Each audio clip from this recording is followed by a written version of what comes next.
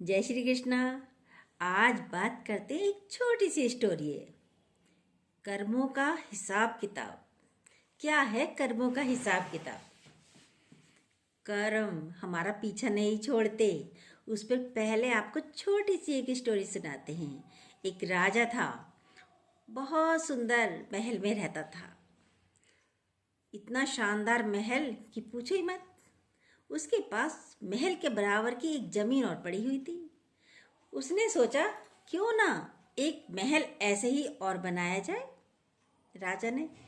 राजा ने बुलाया कर्मचारियों को कि भाई एक महल हमारे महल जैसा ही एक महल और बनाओ।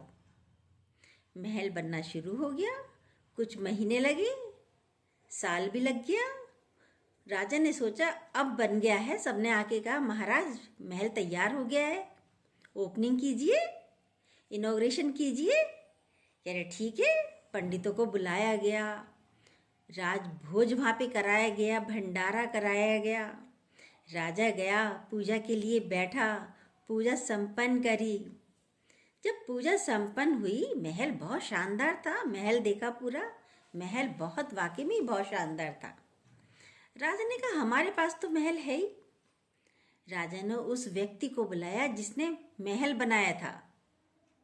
वो व्यक्ति आता है। राजा ने उस महल की ताली उस व्यक्ति को दी। कह रहे इस महल में आज से आप रहेंगे। अब व्यक्ति तो सकपका गया, भाई महल तो मैंने राजा के लिए बनाया है और राजा मुझे दे रहे हैं। पहले तो वो चुप रहा, फिर करता भी क्या, ताली ले ली। घर वापस आया व्यक्ति। ये बातें उसकी वाइफ के कानों तक भी पड़ गई थी कि हम महल के मालिक बन गए हैं। बड़ी खुश पत्नी तो। उसने अपने पति से कहा अरे आ गए आप, बैठो खाना खाइए। खाना खाया। कह रहे अरे अब तो हम कल से महल में रहेंगे, हम महल के मालिक हो गए हैं। कह रहे मालिक तो हो गया हूँ पर मैं महल ज़्यादा बढ़िया नहीं है। कह रहे बढ़िया क्यों नहीं है, आपने बनाया है और महाराज के महल जैसा शानदार बनाया है। तो व्यक्ति बोला अरे पगली, इसकी छत तो कल ही गिर जाएंगी, 2-4 दिन में ही गिर जाएंगी।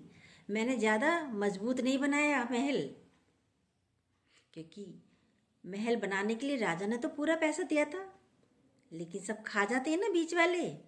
कहीं पुल गिर गए, कहीं सड़क टूट गई, ऐसे ही होता है ना।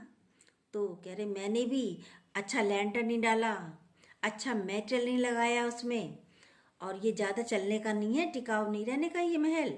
ये तो कुछ दिन बाद ही इसकी छत भी गिर जाएगी, इसलिए मैं परेशान हूँ। तो ये क्या है? ये है कर्मों का हिसाब, है नहीं है कर्मों का हिसाब।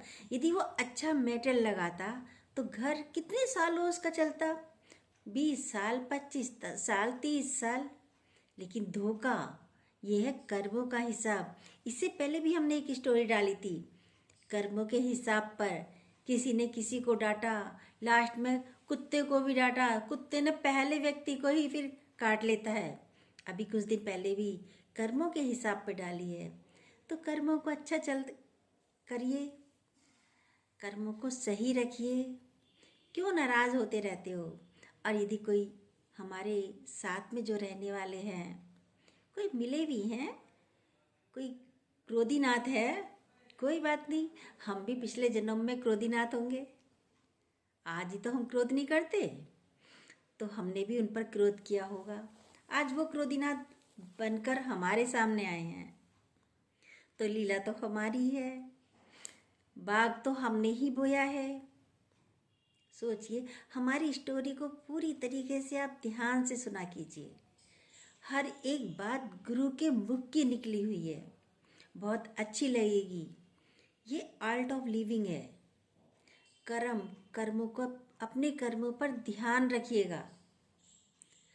हम कर्मों पर बिल्कुल ध्यान नहीं रखते, मुंह में जो आया बोल गए, जो करना है कर दिया।